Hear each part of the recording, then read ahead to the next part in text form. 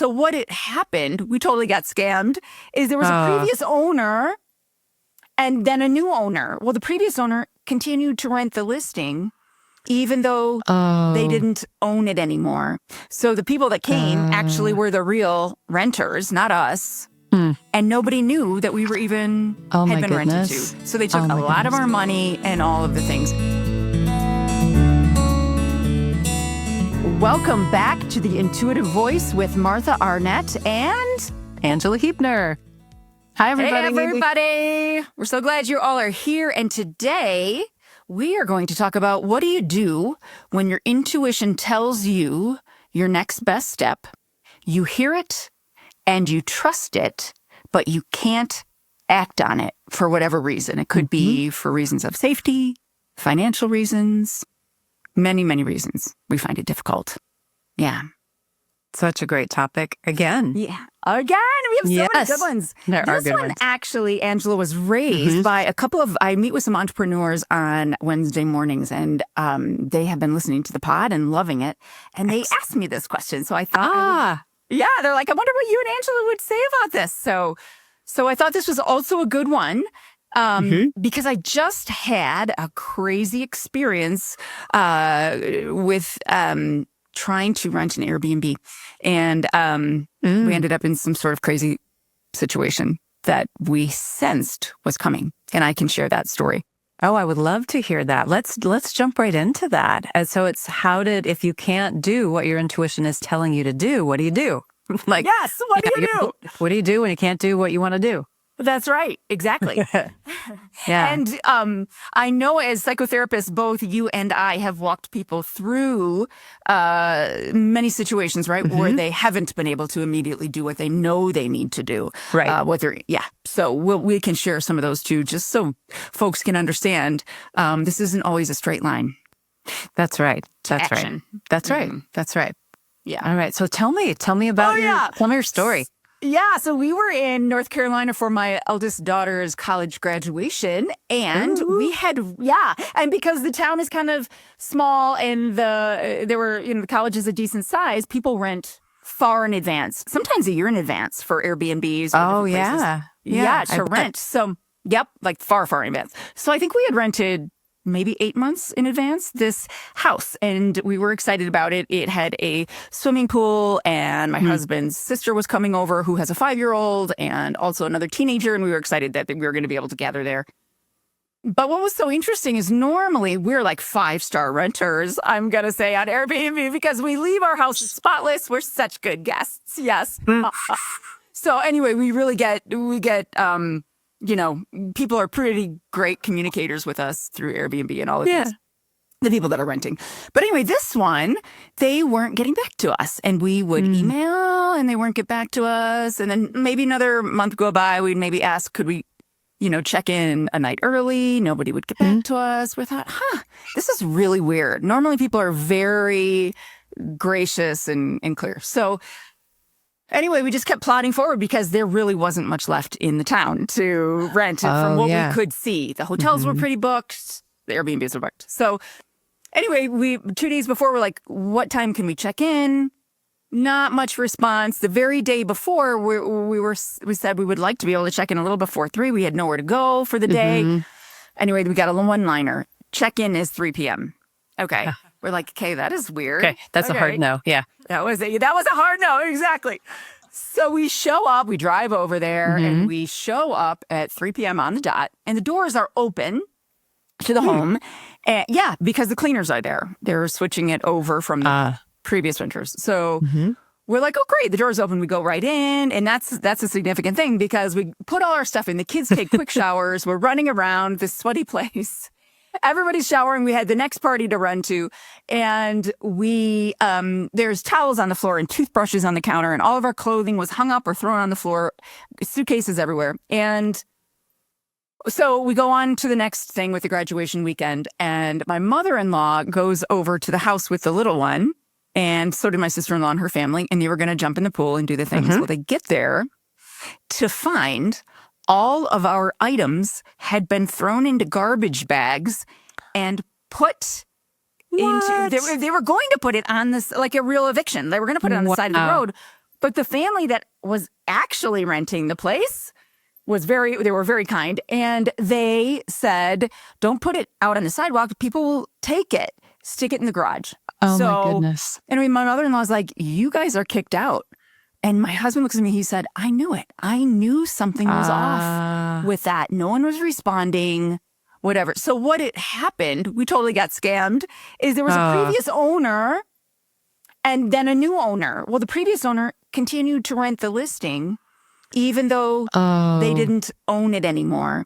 So the people that came actually were the real renters, not us. And nobody knew that we were even had been rented to. So they took a lot of our money and all of the things. But the lesson was we had a sense the whole time that something was a little bit off. And we didn't really, we reached out to Airbnb a couple times. Nobody got back to us. And so I'm not sure if we couldn't have done anything differently, but it ended up being okay. They refunded us and all the things. But it was one of those situations where we didn't feel like there was a lot that we could have done. We just kind of had to go through with it. And going through with it, we then were able to say this was fraudulent. We got the money back, and it ended up being okay. Luckily, I was standing there, Angela, you can picture me. I'm standing in the driveway, and everyone's talking to each other, going through the garbage bags, and I'm literally talking to my spirit guides. I'm like, please find us some rooms. This is what I do. I'm wondering, I'm like, where did you stay? I do. I'm like muttering to myself, please, spirit guides, please, spirit guides, please help us find. And this is what I do. I do this all the time. And we got 2 rooms in the hotel that wasn't too far away, and it ended up okay. But it was one of those things, gut said, this isn't legit. We just kept going with it because we didn't see that there were many other options in town. And we were right all along. It was not legit, and it was not. Yeah. So that's a great example. What do you think, like, if intuition was giving you a message, how do you think it was? Maybe it was trying to prepare you. Maybe it was trying to, in hindsight, what do you think was happening? Yeah, I think we were tuning into the fact that something was not on the up and up. Yep. Or they would have more, directly talked to us online. And part of me is like, I'm not sure if it would have behooved us to have changed probably would have been less stressful if we would have changed, and maybe contacted Airbnb, kept being insistent about contacting Airbnb and say something doesn't, what would we say? I guess you could say something doesn't feel right. Would they even know? Because that would go over even well. know. Because that would go over. Okay. Right? Weird.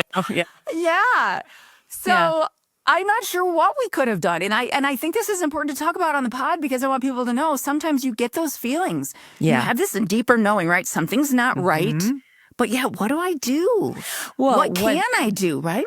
What dropped in for me when you were saying that was because you and your husband were like, this is weird, this is weird, this is weird. When the shoe finally dropped, you were annoyed, but it doesn't sound like you were surprised. Right. I think we were kind of like, we knew it. Yeah. So I wonder sometimes if it is just giving us a heads up, right? Even if we can't, so that you're not quite so smacked. Yes, as you might have been. We said to the people that were actually supposed to be there, they were very nice. They felt so bad that all of our stuff was in garbage bags. But we would just kept saying, we had a sense, we had a sense. Sometimes I think you're right. That's a great point, Angela, is that sometimes it's not to avoid the discomfort or the misery or the inconvenience. It's really just to inform us and to prepare us. Yeah, and I think it's important to recognize that because just because you follow your intuition doesn't mean everything is going to turn up roses all the time. That's right. That doesn't mean you did it wrong. That doesn't mean your intuition was wrong. That's right. Sometimes that's just, as we talked about last time, the path you need to go through to learn something. That's right. And in a way, now that I think back, Ange, I think we were kind of, it set us on this, being very, very certain about the action that we wanted to take afterwards. Oh, yeah. Now that I think about it, right, it was like, oh no, we knew this was wrong, right? We got scammed. We knew it. And so we were very direct with the action that we took. Okay. And I think that helped us. Yeah. I hadn't thought of that. Yeah, I hadn't really Yeah. played that through. But yeah, I think so. In a way, super helpful. Didn't mean we could avoid that uncomfortable situation, but it did help us go, oh, yep, we knew this was okay. Yep, right, check. Now we're really going to follow through and do what we know, we need to do here. And I which have a maybe feeling we wouldn't have done. I have a feeling if Airbnb is listening, you're going to get some big, huge, like free something. I hope so. That's right. That's right. Yeah. Yeah. Oh, that's wild. Yeah. That was Well, wild. Sometimes I'm just thinking about examples. Sometimes this is where I'm at, and I have some client stories too, like we talked about. But for me, I am getting this hit, this intuition of something about the way I'm working is shifting, and I'm very clear that that's what's happening, but I don't know what the it is. And so I keep being open. I keep waiting, like for the next right sign, the next right invitation, just like, because I know something is going to open. And so I just want to put that out there, and I'll let the pod know when I know what that is. Yeah. But I can feel it, but there isn't an action to take, except maybe the action is just be open and be available. Yes. For whatever does drop in so I don't miss it. That's exactly right. That kind of reminds me, and when we say ask or listen and then pay attention. Yes. Don't forget to pay attention. Exactly. Right? Like whether if it's a different, your situation is now you're going to really be paying attention in your meditations and all the way that you gather your intuitive knowing. Yeah. And for some people, it's like billboards and license plates and like other or overhearing conversations or whatever it is. We ask. And then we listen, because there's a lot of asking that happens, and then we forget about the listening part. So I love that you just said that. Well, and it goes back to what you've said before on the pod about you have to be present, right? I have to be in my body to pick up the thing. I have to be in the present moment. I can't be off, right? Ruminating about the past or worrying about the future. I have to be present. So I think these all kind of play together. Which is why I think our pod right now is so timely, because all of the phone usage and computer usage and all of the external input, constant news, all the things is for us to just be a really good reminder, and for me too, and I'm, for all of us, right? We are not immune to this like ambush on our on our internal space that we need to hear our intuition. Is that, and maybe that's now why they call it a practice, right? Because it can't just be. Remember when we were younger, we would just wander, and it was just the way. Even when you were driving, I don't know if you could get a channel on your FM radio, maybe you'd get music, but otherwise you would drive for miles and miles and miles, and you would have no input. That's right. We were both clearly Midwesterners with exactly driving through the cornfields. nothing to listen to. No, that's right. That's right. Right? It's different. Yeah. I saw, maybe you saw this on social media. It was, I've seen it several places, and I'm going to probably mess it up a little bit, but it said something about we were not designed to hear about the terrorist attack in the morning and a government overthrow at noon, and then, the fire that happened at 5. And our nervous system we're just not equipped to handle that amount of stressful input so quickly, which is what, this 24/7 connectivity has done for us, or to us, I would say. Yes. Right? And then we can't. Yeah, go ahead. No, I was going to say that was such a relief when I heard that. Like, we have the capacity to hold, our nervous system has the capacity to hold information for about, 150 people in a community in like I like that. Yeah, 10-mile radius at the most. Yeah. That's what we are still wired for. We are not here to know what's going on overseas, or even on the other side of the United States, or even 50 miles away, right? Like I was like, oh, that makes perfect sense for my sensitive system. That just overloads me very quickly. Yeah. Which obviously is not to say we shouldn't know about that stuff. It's just the onslaught of having it all hit us at the same time all the time, which is why we have to disconnect from that stuff sometime and drive in a quiet car. or whatever. Well, exactly. Yeah. It informs us that if we are going to expose ourselves to that stuff, which we've all pretty much agreed is important, we don't want to not be supportive and know what's going on, but that we really have to do these practices. Again, a lot of lot of my work needs to be, my inner work needs to be creating space and clearing out some of that really, really affects my nervous system. Yeah. Yeah. Yeah. Yep. I'm thinking now about other examples that I've heard from clients that are really powerful, and some of those examples are more about I'm going to give one example of a client who knew she needed to leave her marriage because it was a pretty abusive relationship, and she knew it, and it was starting to spill over into the kids. But she was also not in a financial position to do that at all. And so for her, the intuitive hit was absolutely, this was the last straw. Like, I have to leave. I have to leave. Yes. But then the next right step for her, right, which is different than the big, you've got to leave. The next right step was, okay, so now what? Well, now I need to start looking for a job that pays a little bit more. Okay, so, and then the next right step is now I have to set up another account, right? Like, so I want to give that as an example of sometimes you can't just, make the hard left turn because that's right. what intuition told you. Sometimes it's giving you, intuition is in the moment, but sometimes I think it gives you where you're headed, right? Yes. Kind of a destination. And then, like we talked about, then if you're paying attention, you can take the next right action, the next right action, the next right action. That's right. I have so many clients that are like, but I need to see the whole path. And I'm like, yeah, it doesn't work like that. That's Damn right. it, but it doesn't work like that. That's right. I wish we could see the whole thing. And there's something about, I mean, you know this, and we've talked about this. When you take the next right step, then the next door opens. Yeah. But it doesn't open until you did the last thing. That's right. Yeah. But I love, because it goes back to your example of where you are. Like, you have this knowing there's a bigger something or a shift in something. You don't quite know what that is, and you're just going to be open to it, be listening for it.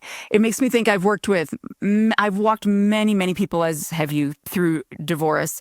But even prior to walking them through the divorce, they often come with this knowing that just something doesn't feel right, right? Yeah. Like something's off. And so we sort out, like, do we walk down the path of repair? Do we walk down the path of, separation? Like, where do we head?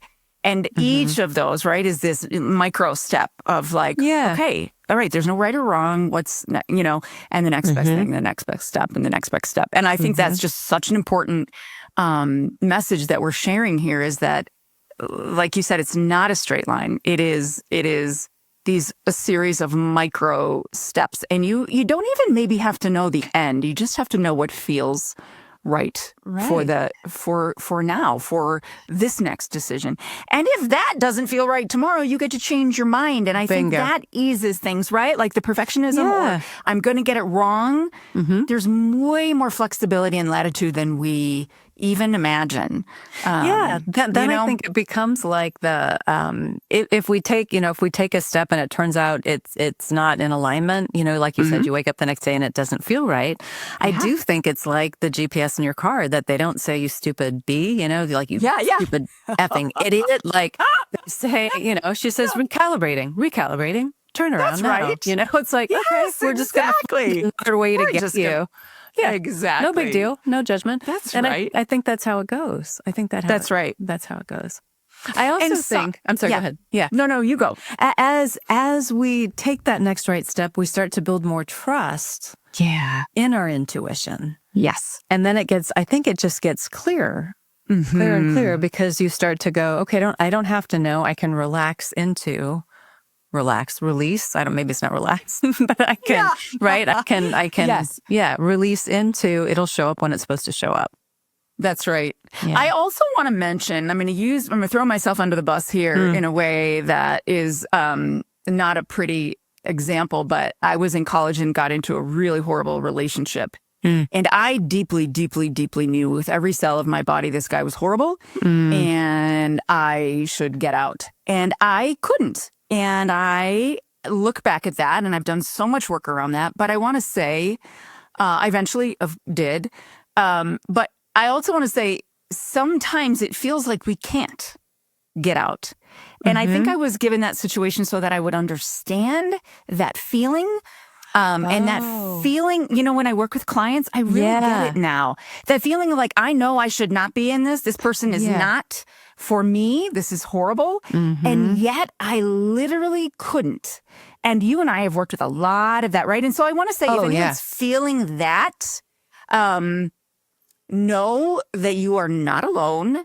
And that is when you reach out for a guide, some sort of external guide that can be with you to walk you through that.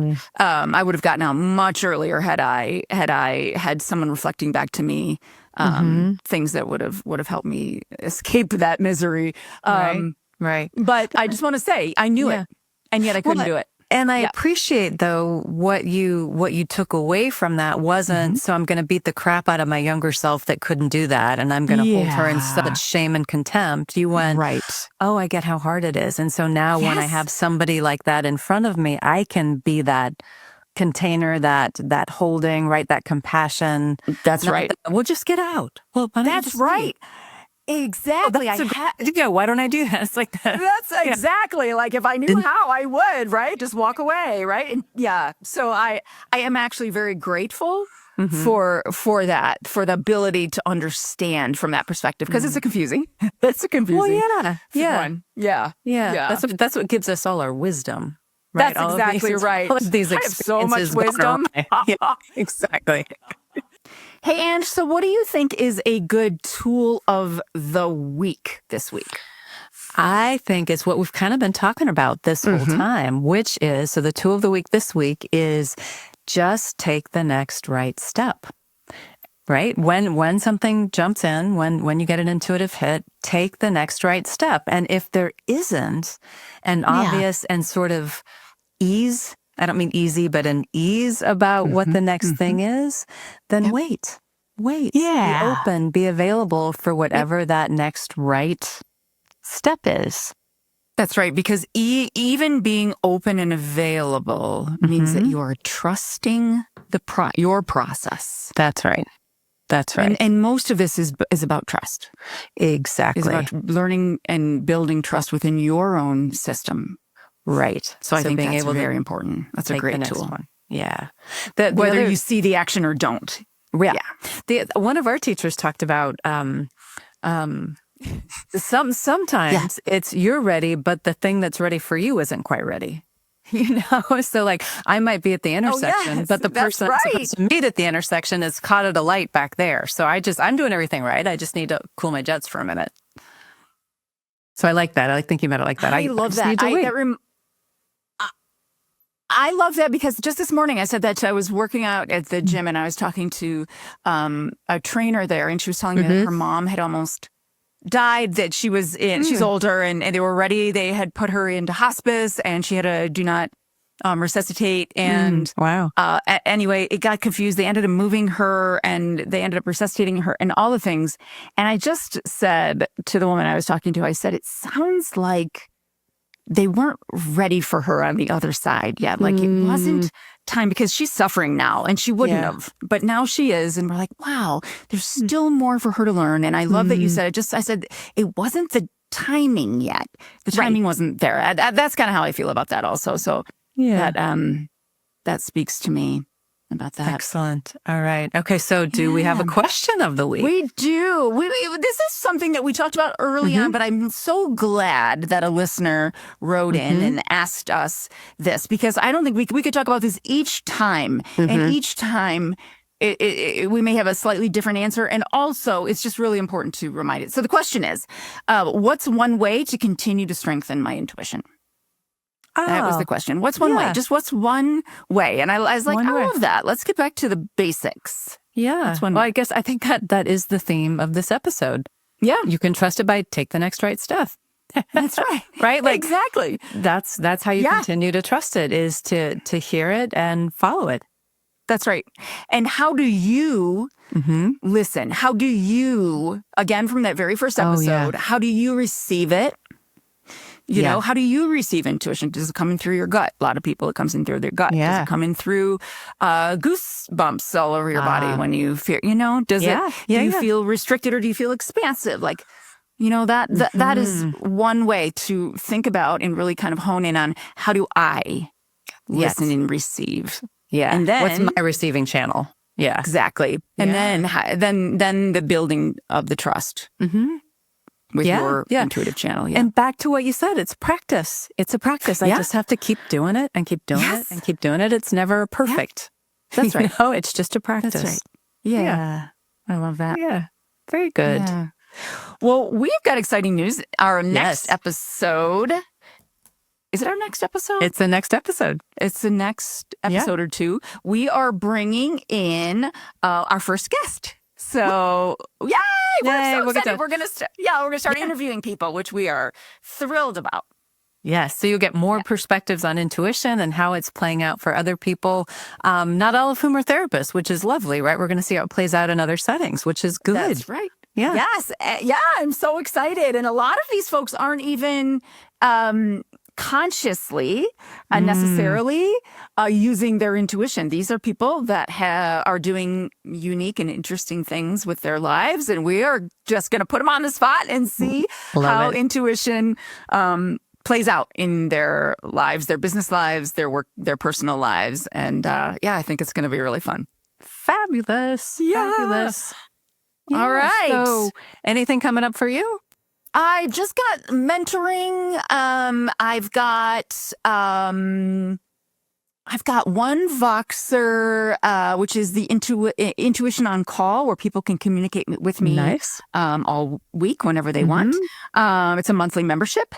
And a few mentorship, like I said, and a few open soul readings coming up in June that are available. Excellent. Yeah. Excellent. How about you, my dear? What do you have? I still don't have a whole lot of openings. I am going to have some room for intensives later in the fall, like later this summer, like fall. So keep your eyes out for that. And I'm still waiting for the rest of the download to come. And I'll let you know. Yeah. What do you mean by intensives? So having people come in and do like a day long or a 2-day long experience with me to do some deeper work. Wow. Yeah. That sounds powerful. Stay tuned in process. We will. Yeah. All right. We're excited to see how all this unfolds for you. Yeah. Thanks. Well, thanks everybody. Thanks for hanging out with us again this week. Yeah. We'll look forward to seeing you next week on The Intuitive Voice. Bye. Bye. Hey, it's the end of the episode and we're back. Hey, friends. If you like what you heard, please rate and review if you can figure out how to do it. It's not the simplest thing, but there is a way to find those 5 stars and click it. We heard that helps us. Yes. And share with your friends. Share with your friends. Thanks.